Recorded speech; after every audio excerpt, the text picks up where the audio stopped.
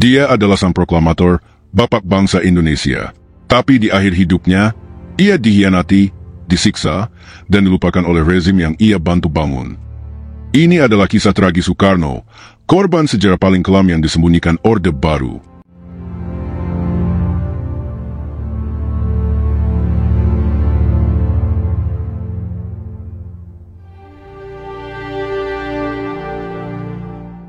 Soekarno, sang proklamator dan Bapak Bangsa Indonesia, bukan hanya pahlawan kemerdekaan, tetapi juga korban sejarah kelam yang kerap terlupakan.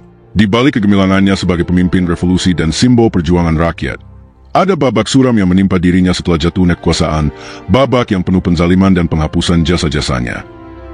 Upaya menghapus jejak sang proklamator. Pada masa kekuasaan Orde Baru yang dipimpin oleh Jenderal Soeharto, bukan hanya posisi politik Soekarno yang dijatuhkan, tetapi juga keberadaan dirinya sebagai simbol perjuangan dan pendiri bangsa secara sistematis dipinggirkan dan bahkan dihapuskan dari catatan sejarah resmi. Rezim militer Orde Baru tampak tidak hanya ingin menggantikan tokoh, melainkan juga menghapus jejak dan warisan Bung Karno agar tidak dikenang sebagai sosok sentral dalam perjalanan kemerdekaan Indonesia. Sejarawan terkemuka Dr. Asti Warman ada mengungkapkan bagaimana upaya ini dilakukan dengan cara-cara yang halus tapi terencana. Salah satu contoh paling kontroversial adalah ketika teks proklamasi kemerdekaan 17 Agustus 1945, dokumen sakral yang menandai lahirnya bangsa Indonesia, pernah disunting dengan sengaja menghilangkan nama Soekarno sebagai salah satu proklamator. Lebih jauh lagi, ada manipulasi foto bersejarah yang merekam momen pengibaran bendera merah putih saat proklamasi, di mana gambar Soekarno secara fisik dihapus atau disamarkan. Tindakan ini bukan hanya penghapusan visual, tetapi pengingkaran atas peran dan jasa beliau yang menjadi fondasi negara. Beruntung, upaya tersebut tidak sepenuhnya berhasil. Sejarawan lain, seperti Abdurrahman Surjumi Harjo, dengan tegas menolak dan memprotes manipulasi sejarah yang tidak beretika ini. Perlawanan akademis inilah yang menghambat sepenuhnya penghapusan identitas Soekarno dari catatan sejarah resmi, sekaligus menjadi saksi betapa rezim Orde Baru merasa terancam oleh warisan politik dan karisma Bung Karno.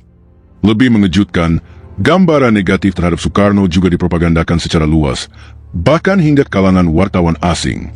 Roy Dare, seorang wartawan freelance yang akrab dengan lingkaran kekuasaan Soeharto, dalam tulisannya memberikan pujian berlebihan kepada Jenderal Soeharto. Namun, pujian tersebut selalu dibumbui dengan sindiran pedas terhadap Soekarno, menyebutnya sebagai sosok degil dan keras kepala seperti anak kecil. Sebuah gambaran yang jauh dari kenyataan kompleks kepemimpinan Soekarno dan jelas bertujuan merendahkan dan mendiskreditkan sang proklamator.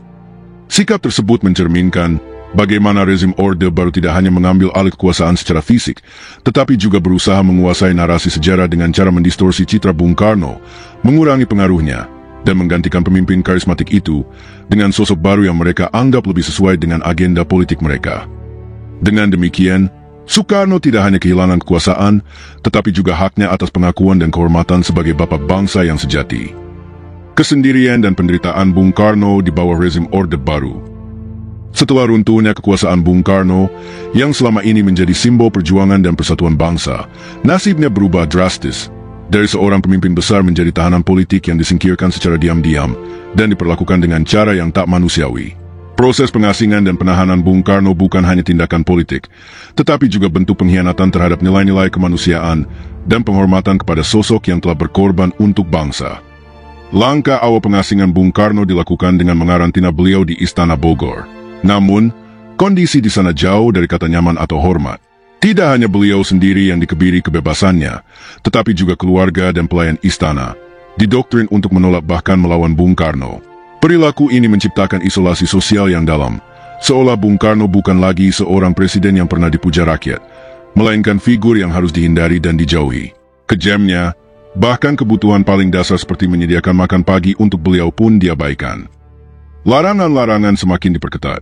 Panglima Daerah Militer Siliwangi melarang Bung Karno meninggalkan wilayah hukum Jawa Barat, sementara Panglima Jaya melarangnya memasuki wilayah Jakarta dan sekitarnya.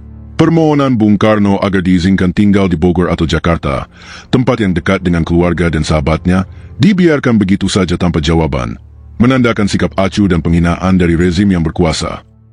Tragedi penyingkiran ini makin nyata ketika keluarga Bung Karno diusir dari Istana Bogor secara tergesa-gesa, hanya diberi waktu 3 jam untuk mengemas barang-barang mereka. Ibu Hartini, istri Bung Karno, hanya mampu membawa barang-barang kecil dan pakaian seadanya, sementara harta benda lain terpaksa ditinggalkan begitu saja. Keputusan tergesa-gesa ini bukan hanya menggambarkan tekanan politik, tetapi juga penderitaan emosional yang mendalam bagi keluarga yang tercabik-cabik. Setelah itu, Bung Karno dipindahkan ke Wisma Yaso, sebuah tempat yang jauh lebih terpencil dan penuh keterasingan. Di sana, beliau dijaga ketat tanpa hak menerima kunjungan dari keluarga maupun sahabat. Bahkan hal-hal sederhana yang menjadi kebutuhan dasar manusia, seperti menonton televisi, mendengar radio, atau membaca surat kabar, cara-cara untuk tetap terhubung dengan dunia luar, semuanya dilarang. Sebuah isolasi total yang menjadikan Bung Karno seakan terkurung dalam penjara batin selain penjara fisik. Kondisi ini bukan hanya tentang hilangnya kebebasan bergerak, tapi juga tentang penghancuran martabat manusia yang telah berjasa besar pada bangsa.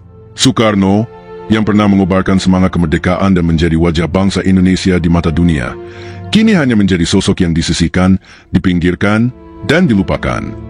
Pengasingan yang penuh derita ini menyiratkan sebuah ironi tragis. Seorang bapak bangsa yang berjasa terhitung justru diperlakukan dengan perlakuan yang jauh dari penghormatan dan keadilan.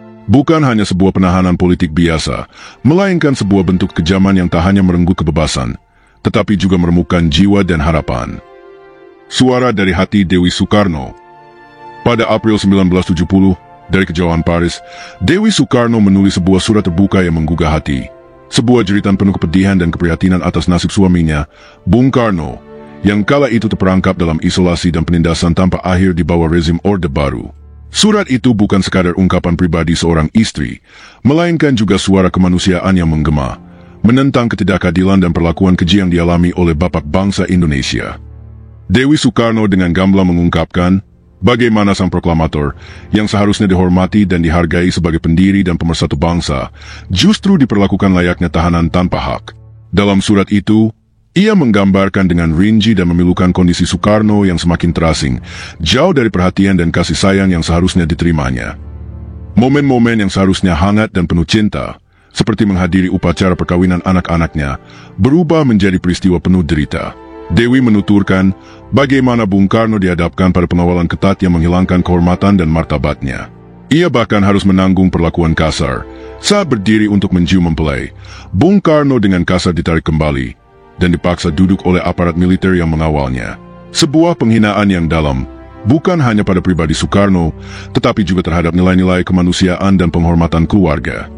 Lebih jauh, Dewi Soekarno mengecam pemerintah Orde Baru yang seolah-olah membiarkan suaminya disiksa secara rohani dan jasmani. Dalam suratnya, ia menyebutkan bagaimana hak-hak paling mendasar manusia, kebebasan, penghormatan, dan perawatan yang layak tidak diberikan kepada Bung Karno.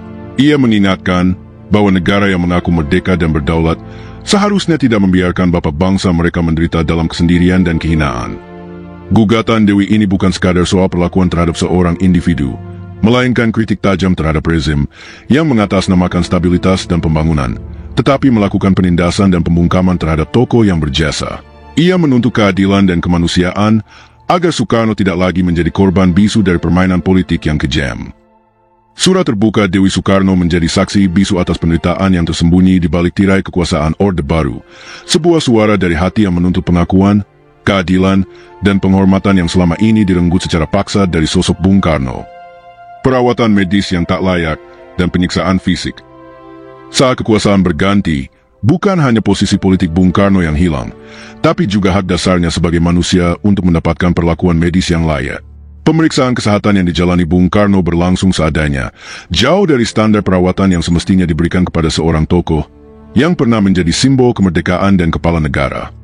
Foto terakhir Bung Karno, yang diambil secara sembunyi-sembunyi oleh keluarganya, menyuguhkan gambaran memilukan. Wajahnya tampak bengkak dan penuh penderitaan akibat penyakit ginjal yang dideritanya. Gambaran ini bukan hanya menampilkan kesakitan fisik, melainkan juga simbol dari perlakuan tidak manusiawi yang diterimanya. Tidak ada upaya medis optimal, hanya pengobatan seadanya, tanpa perhatian penuh terhadap kondisi kesehatannya yang kritis. Lebih menyayat hati, Bung Karno tidak diberikan kebebasan untuk bergerak bebas, yang sebenarnya dianjurkan oleh dokter agar dapat memperbaiki kondisinya. Larangan ketat dari para penjaga, bahkan melarangnya berjalan-jalan di kebun istana, menambah kesepian dan keterasingan yang ia rasakan. Surat-surat permohonannya untuk mendapatkan hak-hak dasar tersebut diabaikan, seolah-olah penderitaannya tidak penting dan tak layak diperhatikan. Sikap dingin ini berlanjut pada saat Bung Karno menjalani interogasi selama berbulan-bulan. Perlakuan yang diterimanya sangat kasar dan tidak manusiawi. Dipukul meja, dipaksa memberikan jawaban dalam keadaan sakit parah, tanpa ada rasa empati sedikit pun dari aparat yang bertugas. Keadaan ini bukannya membantu penyembuhan, justru memperburuk penyakitnya dan menghancurkan semangat hidupnya. Lebih tragis lagi, Dewi Sukarno pernah mengungkapkan kecurigaan bahwa suaminya diberikan overdosis obat tidur secara sengaja, sebuah tindakan yang diduga bertujuan untuk mempercepat kematiannya. Tuduhan ini bukan tanpa dasar, mengingat betapa sistem yang ada saat itu memang berupaya menyingkirkan Bung Karno secara perlahan dan penuh kekejaman. Perlakuan medis yang setengah hati dan penyiksaan fisik ini menjadi bukti nyata betapa rezim Orde Baru tidak hanya menyingkirkan Bung Karno secara politik, tetapi juga melukai kemanusiaannya secara fisik dan psikologis. Sebuah ironi tragis bagi seorang bapak bangsa yang pernah menghidupkan semangat kemerdekaan dan kebanggaan Indonesia. Pengkhianatan dan permainan politik gelap. Tragedi kejatuhan Bung Karno bukan hanya sekadar babak suram dalam perjalanan seorang pemimpin nasional, melainkan juga mencerminkan sebuah episode kelam dalam sejarah politik Indonesia, sebuah drama penuh intrik, pengkhianatan, dan permainan kekuasaan yang mengorbankan banyak pihak.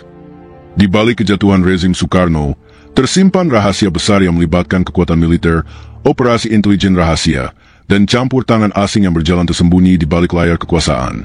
Dalam pidatonya yang bersejarah pada 10 Januari 1967, Bung Karno dengan penuh ketegasan menguraikan bagaimana keruntuhan yang menimpanya adalah hasil kombinasi kompleks, kebingungan dan kekacauan internal di tubuh Partai Komunis Indonesia yang dipimpin IDCS, serta manipulasi licik dari oknum-oknum militer yang tidak bertanggung jawab. Lebih mengerikan lagi, Bung Karno mengungkapkan bahwa oknum militer tersebut menjalin hubungan rahasia dan terselubung dengan negara-negara asing, khususnya Amerika Serikat dan Inggris. Kerjasama ini bertujuan untuk menggulingkan pemerintahan yang dipimpinnya dengan memanfaatkan situasi politik yang penuh ketegangan dan ketidakstabilan. Operasi intelijen yang canggih dan penuh tipu daya dijalankan untuk mendiskreditkan PKI, memburu para pendukung Soekarno, dan meruntuhkan pengaruh sang proklamator di mata rakyat. Konspirasi ini tidak hanya mengguncang tatanan politik dalam negeri, tetapi juga memperlihatkan bagaimana negara-negara besar menggunakan kekuatan dan pengaruhnya untuk mengintervensi negara berkembang demi menjaga kepentingan strategis mereka di kawasan Asia Tenggara. Strategi perang dingin dan operasi rahasia ini membawa dampak besar yang mempengaruhi arah sejarah Indonesia selama puluhan tahun. Dampaknya, bukan hanya Soekarno yang jatuh secara politik, tetapi juga banyak nyawa dan hak-hak rakyat yang terenggut dalam pergolakan tersebut. Pengkhianatan yang terjadi di tingkat tertinggi kekuasaan militer ini menandai babak kelam, yang membuat bangsa Indonesia harus menghadapi trauma mendalam dan ketidakadilan berkepanjangan. Kisah ini mengingatkan kita bahwa sejarah bukan hanya tentang pahlawan dan kemenangan, tetapi juga tentang sisi gelap politik yang penuh tipu muslihat, yang seringkali tersembunyi di balik layar, dan hanya dapat terungkap melalui keberanian para saksi dan sejarawan yang berani menguak kebenaran. Penutup, warisan yang terus hidup. Meskipun mengalami penzaliman berat, Soekarno tetap dikenang sebagai sosok yang gigih dan berani memperjuangkan kemerdekaan serta kedaulatan bangsa Indonesia. Kisah tragisnya mengingatkan kita akan pentingnya menjaga nilai-nilai keadilan dan kemanusiaan dalam setiap perjalanan bangsa. Terima kasih sudah menyimak. Jika kamu ingin lebih banyak cerita sejarah Indonesia yang jarang terungkap, jangan lupa subscribe dan tekan tombol like. Sampai jumpa di video berikutnya.